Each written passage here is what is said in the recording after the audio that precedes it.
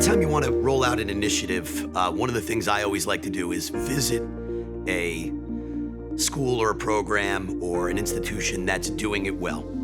So my advice to them would be come to Woodrow Wilson Middle School and watch this in action. Watch it, see for yourself the work that is taking place and the learning that's taking place, and I guarantee you that's something that you're going to want to bring back and turn key to their organizations too. Come to our training. We have a training twice a year and we end with a showcase. And even if you're not in the implementation phase, invite teachers to the training and then have some students and some teachers come to the showcase, which kind of gives the end product. You know, you have to be prepared for maybe topics that are ones that you might not choose, that your teachers may not necessarily be comfortable with or know how to navigate. So really supporting that process, making sure that it's an open dialogue and conversation with the students, with the teachers, supporting them in having those conversations. I think that's something to be aware of and to prepare for. As a supervisor, this work is more organizational.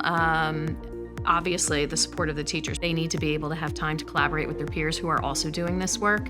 They need to be able to have time to hash things out together, because if people feel that they're kind of thrown into that fire too quickly, the embers dim. But when things are allowed to really root, then, you know, you see the growth. But I would also say zoom out and, you know, think of it not as just like a this year, but think about it in maybe like a 3 or 4 year trajectory. So maybe year 1, you just observe, right? Go to the trainings and observe, form relationships with the mentors, and also, you know, maybe talk to other districts and see how they're implementing. The second piece is more of a philosophical piece, but to have an open mind when you implement this, figure out your teachers that are gonna, you know, do well with it and observe them, and then hopefully in year 2 and 3, have them mentor the other teachers to bring them up. But most importantly, have an open mind.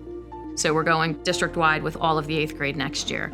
Our summer curriculum work is focused on looking at those skills of YPAR and how do we kind of scaffold up to help to know not that they're necessarily doing mini YPAR projects in 6th and 7th, but they're utilizing and building their capacity in those skills: research, speaking, analyzing data, giving, receiving, and utilizing feedback, just to name a few. And then once they pick their research topic and their question and they start conducting research, it involves the entire community. It involves teachers, it involves students, it involves parents. So being prepared and being available to have these conversations and to support this type of work and be present when the students have needs or want to talk to you about what they are into, I think is tremendously important as a building principal. Before we do this project every year, we do inform our school community that we are embarking on this type of work, because we encourage the students to involve their families. Because some of the issues that the students want to research may not be issues that the parent would choose for them, or might be a different viewpoint than the families may have, we encourage that conversation to occur at home so that the families can support and understand why their child may want to research more about a specific topic. We also let our school community know. We let our teachers know, we let our Board of Ed know, we let our superintendent know, just to make sure that we have all stakeholders on board, so when they get emails from our students asking questions, they understand the process, where this is coming from, and then they can support it. I would say replicate this in as many spaces as you possibly can. Providing kids with autonomy, the ability to work on things that are interesting to them and solve conflict and work as part of a team.